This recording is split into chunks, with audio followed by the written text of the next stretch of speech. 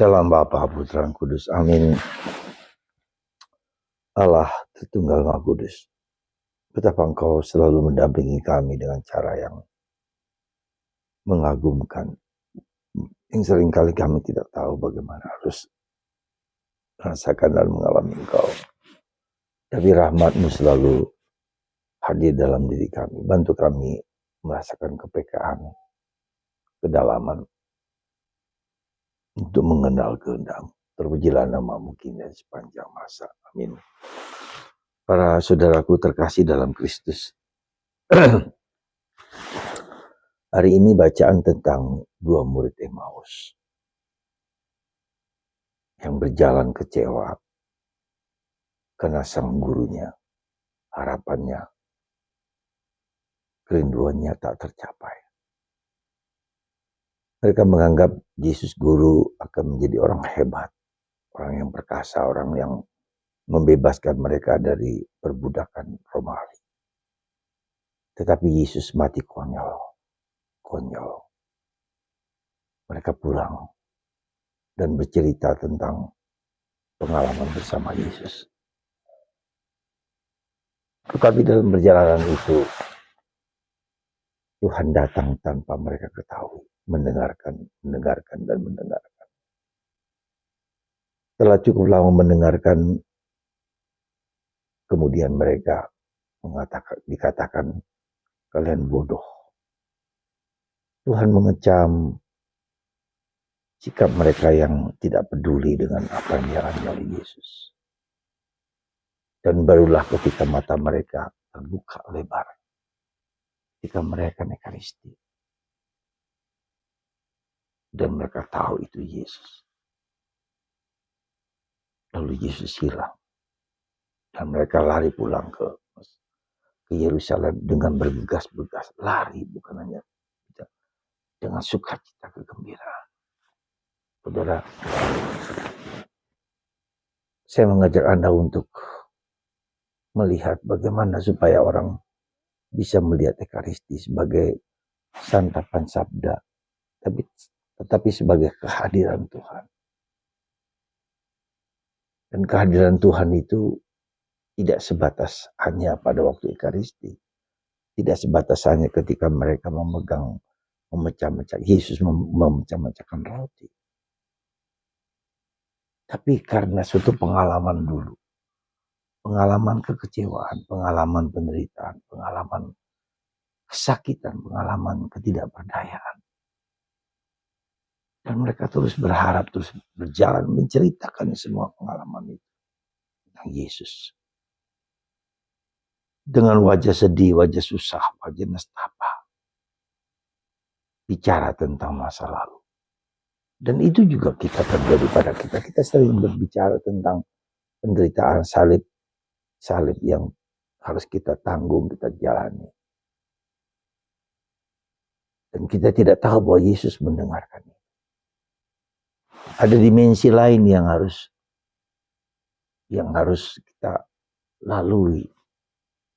Itulah yang saya kira kenapa para rasul, para murid Yesus tidak dapat mengenali Yesus langsung. Karena ini ada dimensi lain yang hanya bisa masuk dimensi itu ketika Tuhan masuk sendiri. Ini anugerah. Tuhan yang datang memberikan anugerah.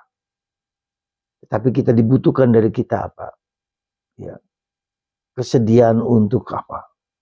Untuk diam, untuk hening, untuk berbicara, untuk berdialog dengan teman dari hati ke hati. Diam bukan dalam arti kosong, tapi diam dalam arti berbicara dengan orang yang kita percaya, yang kita imani.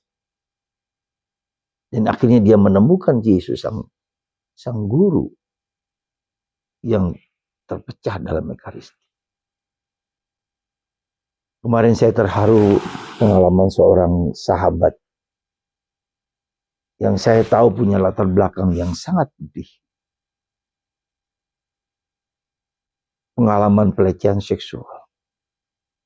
Pengalaman diperlakukan tidak adil. Pengalaman di mana masa lalu latar belakang dia tidak tahu. Di mana ayahnya Dan itu menimbulkan suatu kekosongan dalam hatinya. Suatu kepedihan, suatu pencarian. Orang mencari untuk mengisi hatinya yang kosong itu.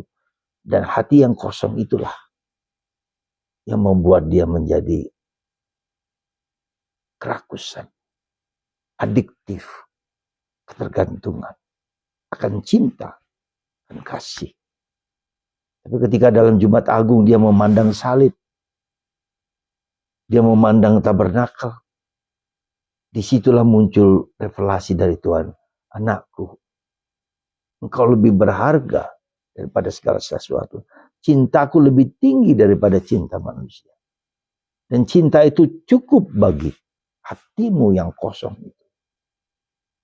Dia menangis terseduh. Ketika refleksi yang mendalam itu membuat dia sadar. God is love. Tuhan itu mencintai. Tuhan telah memberikan segala-galanya. Dalam Paskah ini habis-habis. Tak ada sisa lagi. Dirinya, putranya sendiri. Tuhan memberikan kepada kita putranya sendiri. Memberikan kepada kita Yesus sendiri. Memberikan kepada kita Roh Kudus. Yang mengisi hati kita yang kosong itu. Mari carilah hati yang dipenuhi dengan kasih. Bukan ketika hati kosong dia akan mencari pemenuhan. Entah dalam bidang seksual, entah dalam bidang harta, dalam kerakusan, dalam adiktif dalam bidang apa saja. Pinjol, judol, HP, untuk mengisi hati yang kosong. Mohonlah dalam masa Paskah itu supaya hati Anda tidak kosong, tapi dipenuhi dengan kasih Tuhan yang melimpah. Dan itu terjadi pada Maria Magdalena, pada Petrus, semua rasul dipenuhi dengan Yesus yang hidup. Semoga Anda dan saya dipenuhi dengan kasih yang melimpah itu. Seperti Petrus dalam bacaan pertama. Ketika Pentakosta dia berani mewartakan kabar gembira. Tidak ada emas, tidak ada perak, tidak ada harta, kecuali Yesus. Wartakanlah kasih Yesus itu kepada orang lain. Wartakanlah Yesus kepada siapapun yang mencintai kita, mencintai Anda. Anda dan saya, persis. Tuhan memberkati Anda semua dan kita semua. Sehingga kasih Tuhan melimpah dalam diri kita semua. Bapa, Putra, dan Roh Kudus. Amin.